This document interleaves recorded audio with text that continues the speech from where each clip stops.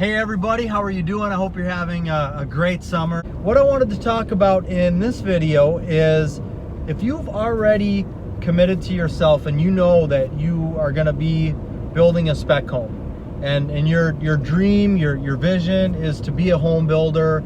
You already know that you're going to do that. Maybe you've got a date in which you're going to pull the trigger, or you're already starting to line things up.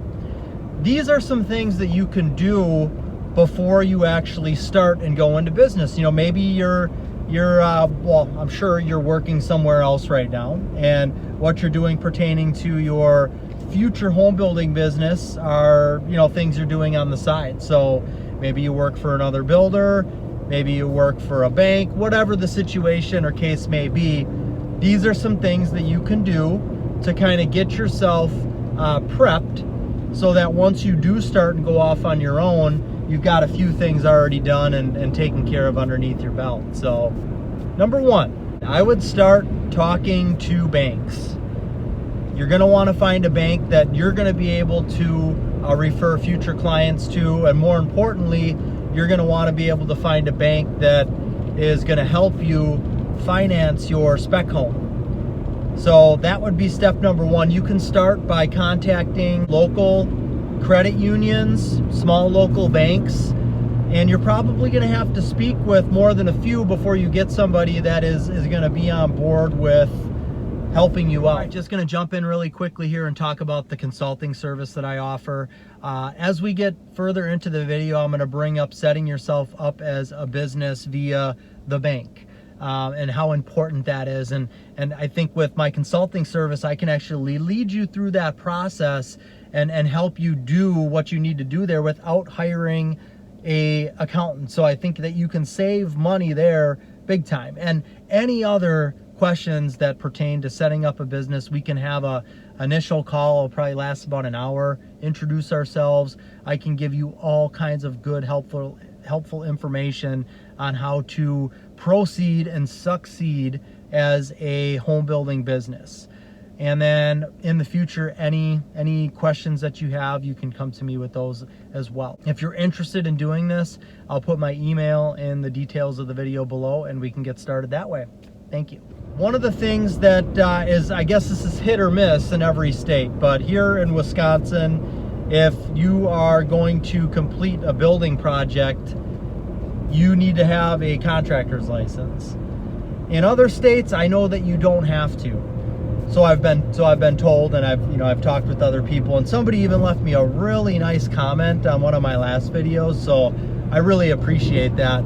So if you're talking with a bank and they say that they want you to have a contractor's license, if that's something that's gonna seal the deal for them, well, at least you know ahead of time, and you can go out and work on getting that.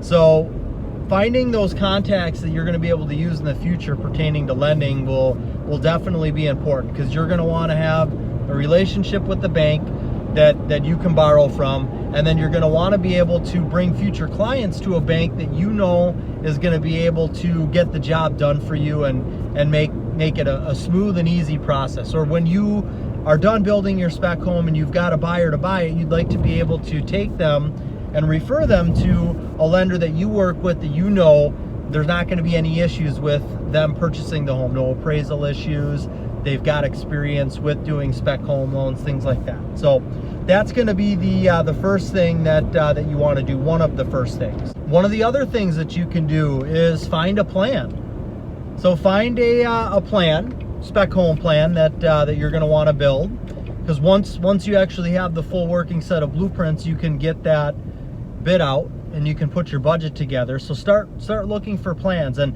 I've talked about this in past videos, finding a plan that is going to appeal to the large group of buyers, the market that you're going to be selling the home in, not just something that you like or that you want to do. So that is something you're going to want to be conscious of. So find a plan that's going to be, I would say, especially for the first one, you're going to want it to be somewhat economical, so that you're not going out on too much of a limb. And basic rule of thumb when you're looking at plans, if you think of a shoebox or a rectangle, and that's your exterior parameters of the house, your foundation, that's going to be the most cost efficient type of home to build. The more, bump outs and jog outs and bay outs that you add to that, the more the expense is going to increase on that. So just keep that in mind when you're looking at home plans. So that would be something else that you can do is find a home plan. And kind of going along with that, one of the other things that you're going to want to do is find a lot. So you can start finding a lot. You can even purchase your lot before you're going to go off on your own. And it's not a huge burden, I guess, to be able to do that. So you're going to need anywhere between, typically 15 and 25% down for whatever the total of the lot cost is. So if you find a lot that you like and it's $100,000 and you need to put down 20%, you're going to have to put down $20,000 for that. So that would be one of the other things that goes along with finding a plan. You want to know where you're going to be building the home before you actually finalize on the plan, because the lot and the location of where you're going to be building is going to dictate the final price for your spec build, and that is going to dictate the style, type and size of home that you're going to be building. As far as finding a lot goes, there's a couple of different ways to do it. Number one, you can just get connected with a realtor and have them send you all the available lots in the area, because they're going to have access to the MLS. They're going to be able to see everything that's available there. The second thing is you can go on different sites, realtor.com, Zillow, Remax.com, sites like that, and you can look for lots on there. But a lot of times it doesn't when you go on one of those sites, it doesn't give you everything that's out there. You have to go to all these different ones to see everything that's out there, as opposed to a realtor can just send you, here's a link for everything that's out there in their area. They can continue to send you emails so that you can see what's new and what's coming on the market and what's there, even daily, weekly, however you want to do that.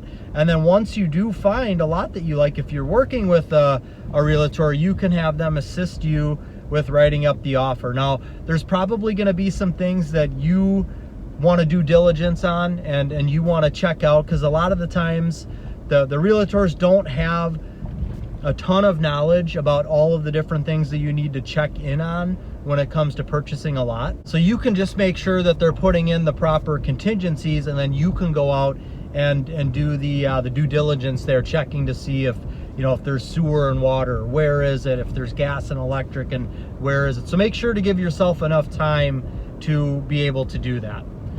One of the other things you can do is get your real estate license. So, and maybe do this before anything else, because if you're going to go into the home building industry, that is technically part of the real estate industry. If you're going to be finding lots for yourself to build on, if you're going to be helping clients find lots to build on, if you're going to be building spec homes and selling spec homes, it just makes sense to have your real estate license. It's going to save you money in the future on listing your spec homes that you want to sell.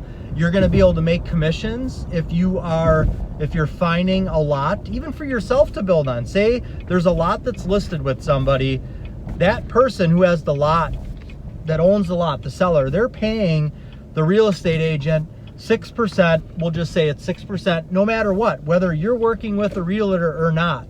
So if they're being paid 6% and you are a licensed realtor and you come in and you write the offer on the property, you're going to get whatever the co-broke is that's advertised. So that realtor that's listing the property, they're getting 6% either way. They're either going to keep the whole 6% or they're going to have to pay 2.4% of that, or whatever the co-broke is, to the buyer's agent. And in this case, even though it's your lot, you're the buyer's agent. Also, if you're helping a client find a lot in the future, same thing there. You can write the offer on the lot. You're going to be the one that needs to do a lot of the investigating anyways on certain things, so that you can come up with an accurate build cost. So you might as well get paid for doing that. One of the other nice things about having your real estate license is the ability to pull comps. So if you find a lot that you like in a certain neighborhood, you can look and see what are homes selling for in this neighborhood, what would be a good price point home to put in this neighborhood. That way, you know you've got a good number before you even start any construction or anything. You know what the price of the lot and what the home build price is going to be and what that potential sales price is. It's good to know those numbers before you move too far ahead with things. All right, just a few more things I want to go over on, you know, what you can do before you actually start building that first spec home. Insurance, that's something else to look into as well. If you're setting yourself up as a business, which you should be for tax purposes, and you're going to be a business. If you're building spec homes, if you're going to be becoming a builder, you want your company name, you're going to set yourself up as an LLC or however you're going to do that. So you can start looking at different insurance agencies and you know, what kind of insurance do I need for this? I need a general liability insurance, which means that if people are working on your project, subs are working on your project, or somebody comes onto your project and gets injured, you're okay. You're insured for that. So you can start looking into the type of insurance that you're going to need as being a home building business. One of the other things is setting yourself up as a business with your bank. And you know, and doing all of this stuff ahead of time means that, you know, when you start that spec home and you start as a home building business, things could really take off quickly for you. So if you've got all this little stuff done and out of the way, you know, all the fine little details, you can really just focus on selling and building homes. I mean, really, you as a builder, that's what you're going to be doing. You're going to be selling your spec home. You're going to be selling yourself to customers. You're going to be building homes. That's what you want to be concentrating on, not all of these other little things which, you know, are with getting your business set up. So if you can get yourself set up with your bank, and I've got a video that I have talked about this in the past, you know, setting up a business checking account and a business savings account. Any money that you make, any of the profit that you get from your spec home is going to go into your business checking account.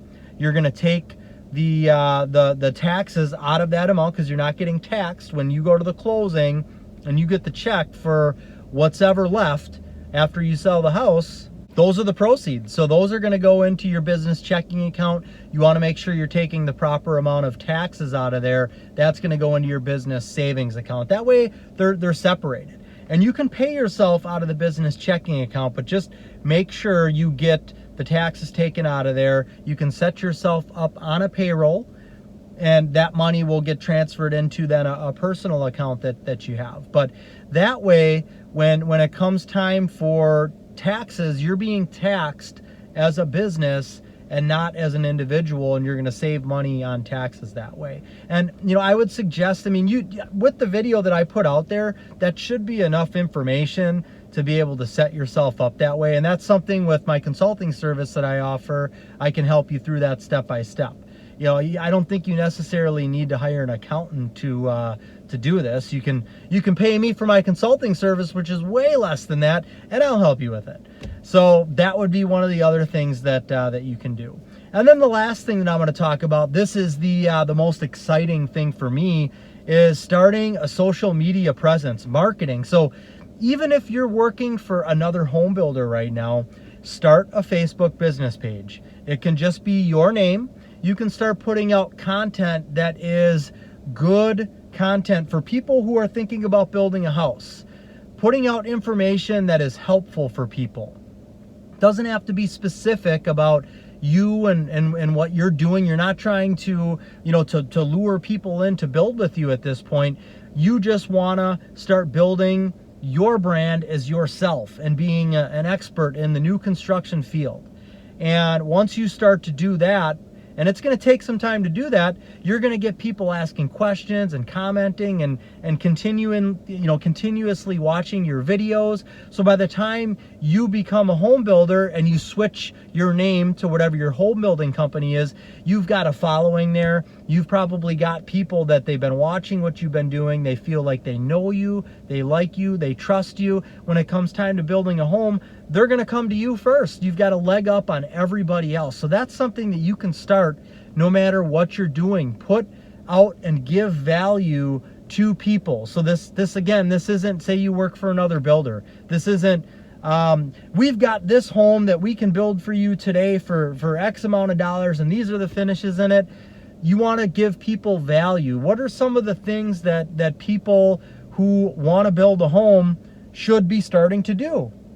Well, first they can talk to a lender and they can find out how much they're approved for, and they can get familiar with how a construction loan works. They can start getting familiar with maybe some of the neighborhoods that they might want to build in. So that could be a video. You could go out and showcase some of the different neighborhoods in the area that have lots available to build on. You could showcase some of the different lenders that do construction loans so that they can go to one of those lenders and get familiarized with that process. So there's all kinds of great content that you can put out that is going to provide value to people. And if even after you start your home building company, that's what you want to do. You don't want to change it and start to be all salesy with trying to get people to build with you. If you put out the good content, people will come to you. And of course, you can advertise your spec home for sale on there and open houses that you're going to be doing. But you want to establish yourself, start a Facebook business page and an Instagram business page. You can link the two together. So if you post something on Instagram, it automatically posts to Facebook. That way you're not having to go to two different places there. And you can build your presence on both, because Instagram is definitely something that I would say most of our clients that build with us, they have more of a presence on Facebook and, as opposed to Instagram. But at one point, Facebook was the same way. Younger people were on Facebook. Now everybody's on Facebook. Younger people are on Instagram, but again, that's going to end up, there's older people on there now too, so it's going to end up being the same way. Those are the two big platforms right now that I would recommend putting out the word on and building up your and establishing your brand as you, the home building expert, even if you're not a home builder right now. The other thing that goes along with Facebook is you can start a Facebook group.